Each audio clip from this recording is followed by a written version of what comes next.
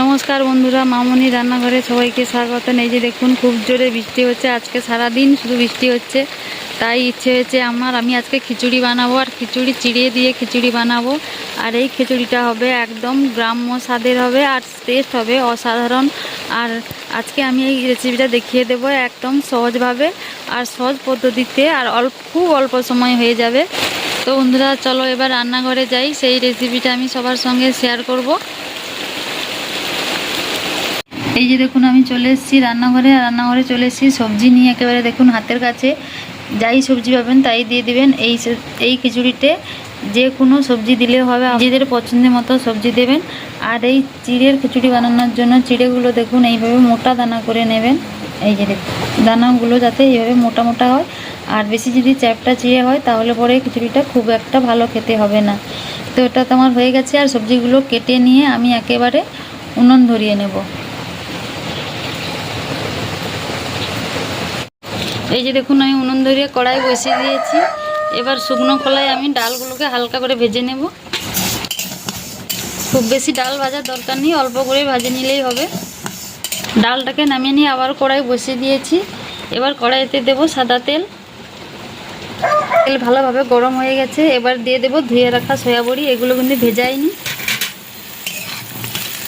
সয়াবড়িগুলো হালকা ভাজা হয়ে গেলে এবার দিয়ে দেবো সবজিগুলোকে হালকা করে ভেজে নেব।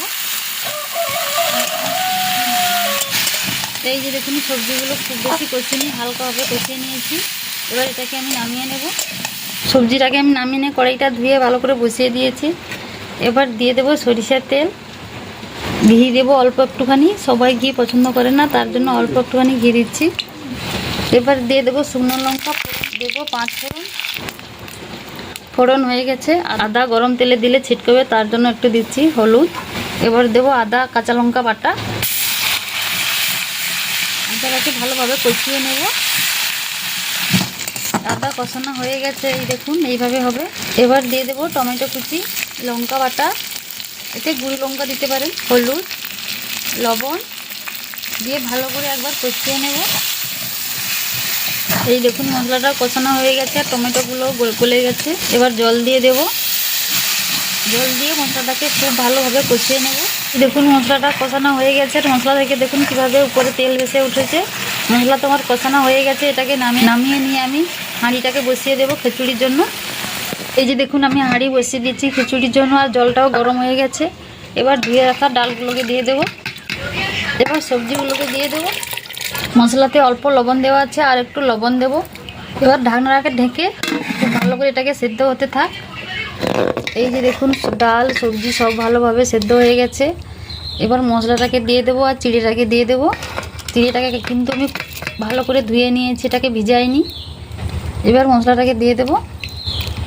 এবার এটাকে ভালোভাবে ফুটিয়ে ঘন করে নেব। অল্প একটুখানি পাতলা পাতলা আছে, আর চিড়েটা ফুটে গেলে একেবারে ঘন হয়ে যাবে।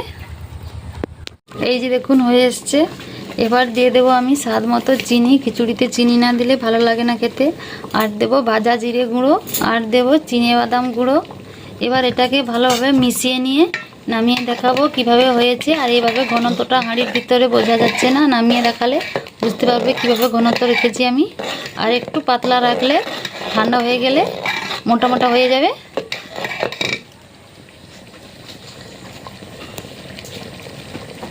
এই যে দেখুন আমি নামিয়ে নিয়েছি, দেখুন দেখতে কত সুন্দর লাগছে, দেখতে পেলেন? তো বন্ধুরা আপনারা এইভাবে করে চিড়ে দিয়ে খিচুড়ি বানাবেন, আর দেখবেন খুব অল্প সময়ে হয়ে যাবে, আর খুব তাড়াতাড়ি হবে, আর টেস্টও অনেক ভালো হবে। এইভাবে করে আপনারা বানিয়ে নেবেন। আমাদের বাড়িতে সবাই ঘি পছন্দ করেন না, তার জন্য আমি এতে ঘি দিইনি।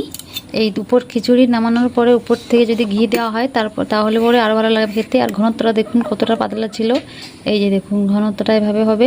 যত ঠান্ডা হবে ততটা আরও বসে যাবে, শক্ত শক্ত হয়ে যাবে। তো আপনারা এইভাবে করে বানাবেন খিচুড়ি, দেখবেন অনেক ভালো লাগবে খেতে।